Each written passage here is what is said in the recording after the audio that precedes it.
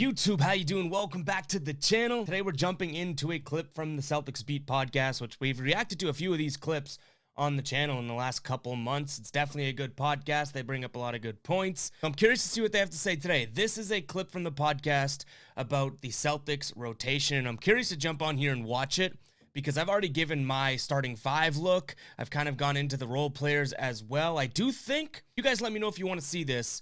I do think I could make, with all the trades, the Juancho Hernangomez trade definitely as well, I could make an updated rotation prediction video. So let me know what you guys think of that. But for today's video, we're going to jump in to see what Adam Kaufman and gang has to say about the rotation. And yeah, we're going to see if I agree or disagree with that. And my dog Bravo just came into the room. How's it feel to make your YouTube debut? All right, so I got a co-host for this video. Hey guys, before we jump into the video, I'm going to tell you guys a little bit about StatShark. We're lucky enough to be partnering with StatShark for the time being, and what StatShark is, it's the best place to go for your advanced analytics and your sports insights. You can head over with the link in the description to start your free trial. Literally no cost. It's a free trial, but I promise you will love StatShark. Whether you're trying to beat your friends in fantasy football, they have that for you. Whether you're trying to pick the right bet for any sporting event, they have that advanced analytics to make beating Vegas that much easier. And then at the end of the day, if you want to use these stats to absolutely mollywop your friends in a sports debate, StatShark is there for you as well. So just go check it out. Head over to the link in the description. You can sign up for a free trial. You can click the Learn More button and learn a little bit more about what StatShark has to offer and if it is for you. But I highly encourage you guys to head over there. It's an awesome site with some advanced analytics and insights into sports. And before we get into today's video, I'm going to ask you guys to hit that subscribe button and like the video. And I feel like I've asked you guys to do enough, so let's just jump right into it. All right, Celtics Beat podcast. What are your thoughts on Adam Kaufman, 8-9-man rotation for the Jared beginning Weiss, of the season? and Evan And have Valenti you heard what on this Jalen's episode? been working on this offseason? As far as 8 to 9 man rotation, I mean, it's definitely a 9 to 10 man rotation for the regular season. Yeah. And that's going to be, so the 6 guys. Hey, and the fact that it is definitely a 9 to 10 man rotation with guys that can actually ball shows that this team just added so much more depth than they had last year. You know, like we would struggle to go 9 deep last year. Now we're talking, is it going to be 9, 10, 11, which isn't the best. Like, I'm not a fan of these massive rotations, right? Like, nah, keep it to 8 to 9 in the playoffs, maybe 9 to 10 regular season. But the fact that we can even just debate about how long this rotation is going to be or who's going to be that 11th, 10th man type of thing shows that they are a little bit more deep than they were last year. As we talked about between Richardson and Horford and the starters, Schroeder for sure. Who am I forgetting? I think at least Pritchard. So starters always be in that rotation. So starters, Josh Richardson, Al Horford, Pritchard, Schroeder. I think we're about 8 deep right now. So, and that is the question, right? 8 deep makes a lot of sense. Where do you go 9, 10? Where do you go 9, 10, 11? Like, what's happening there? And then one of Langford and Neesmith. And then we're going to see Grant Williams and Enes Kanter work their way into the rotation pretty. I'll say this, one name, and I'll save it for a little bit because maybe he's going to get to it. One name, Juancho Hernangomez. That name has not been brought up yet, which is curious to me because I do think we heard Langford, we heard Kanter, then we heard Grant Williams' name. And if you're going to mention those 3 names to me in terms of, what how much they're going to be playing, I feel like Juancho Hernangomez is right on that same level. I'm not going to go out there and say he's going to give you more valuable minutes than those guys. I think he might have more upside than those guys. Maybe Langford has more upside than him, but I think he's in the same playing field as those 3 names, and we didn't hear that name. Pretty often. Juancho, I don't think he's... I said, I think he's going to talk about him pretty soon. The next word out of Jared Weiss's mouth was Juancho. Quite a regular, honestly. What do you say, he's not quite a regular? Juancho, I don't think he's quite a regular, honestly.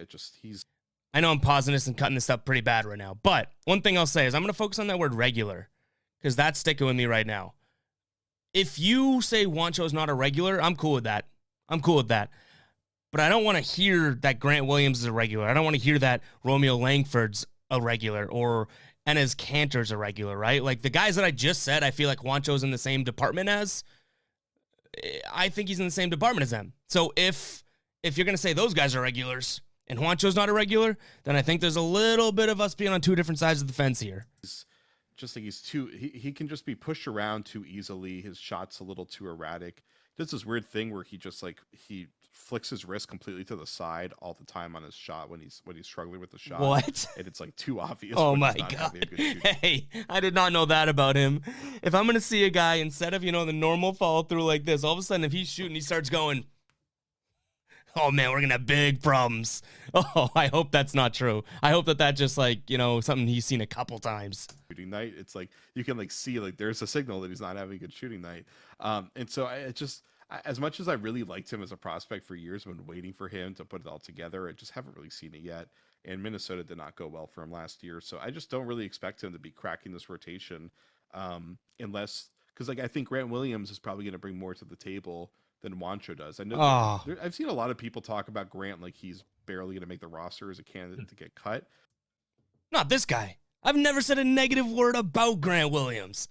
You guys know that. The loyal viewers know I've never said anything negative about Grant. Definitely have not gotten that indication, and I think he's been pretty solid for his first couple seasons when he's been on the floor. Like he's continuing to progress, and we'll see. I mean, if he's not like a good shooter and if he can't put the ball on the floor without turning it over, then obviously that's going to be an issue, and he's not going to crack the rotation if that's the case. And if he's still getting called for fouls constantly, that's also going to be an issue. But I think year 3, the refs are probably going to start letting him play with more physicality. Because I'm feeling out what Jared Weiss has been saying here. I can see his points.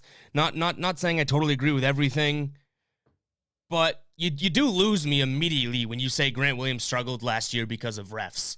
Like, Grant Williams isn't a ref-dependent player. He really isn't. And I hope Grant Williams lovers can admit it wasn't because of the refs. Like, I know we're all hoping for him to get better. Like, I want the Celtics to be better and better and better, first and foremost, before any sort of personal vendetta against players. But to say that Grant Williams struggled because of the refs last year? I don't know. That might have been a slip of the tongue. I don't think he means that. Like, that can't be why Grant Williams stunk last year. The refs? It did feel like a lot of the time the calls he was getting was that he would bump a guy with his chest while sliding with him into the lane, which you're supposed to be allowed to do. Or tackle him into the first row. For a foul. So I feel like Grant is just going to benefit more than anybody from just getting a little bit more veteran treatment. So I don't know Jared Weiss's like take on Grant. It sounds like me and him are just polar opposites. Like, I don't like Grant. I'll look the other way when he does something good, right? Like it's a shtick at this point. I'm sticking to it. Like, I fully admit that. It's fun for me to, rag all over Grant, and you guys like it type of thing. So I have nothing personal against Grant. No kidding. Like, I don't hate the guy. I want him to be good. It would benefit the Celtics. But it seems like he's on the opposite side where he's almost like boosting him up for no reason. Whereas I'm hating on him for sometimes no reasons. It seems like he's like, oh, no, he's going to be great. Why? Oh, because the refs are going to treat him like a veteran in his 3rd year. Yeah, I mean, there's like 9 guys that I feel like are and it's a big question between Langford and Nesmith of which one each night gets in, but it's like there should be 9 guys that like seem like they're pretty clearly in their own. Like I have a feeling that's not going to be a question, and I hope it isn't. Like, Nesmith, to me, has looked better from what I've seen and everything we have seen than Romeo Langford. I think that's got to be a consensus now, right? They're on that dividing line of like clearly in the rotation, and everybody else, it's like kind of a mix and match on a nightly basis. That I can agree with. All right, so this turned into like a Juancho versus Grant Williams type video, but that's probably that point where you get to in this rotation being like, okay, well, what's it going to look like? People know what it's going to look like 1 through 8. Sure, 7 and 2 could be switched, and that might be a different order. But 1 through 8 is sort of like, yeah, those are the guys that are going to be playing. Then you have guys like Aaron Nesmith, Romeo Langford, Enes Kanter, Grant Williams, Juancho Hernan-Gomez. And just the fact that I'm going down that list of actual, viable options shows how much deeper this team has gotten than they were last year. But I will say, I think, and again, if you guys want to see a full rotation breakdown and update, I will do that. Just let me know in the comments down below. But I think Juancho Hernan-Gomez has this sort of the priority to me over Grant Williams, just because I think he does bring more to the table.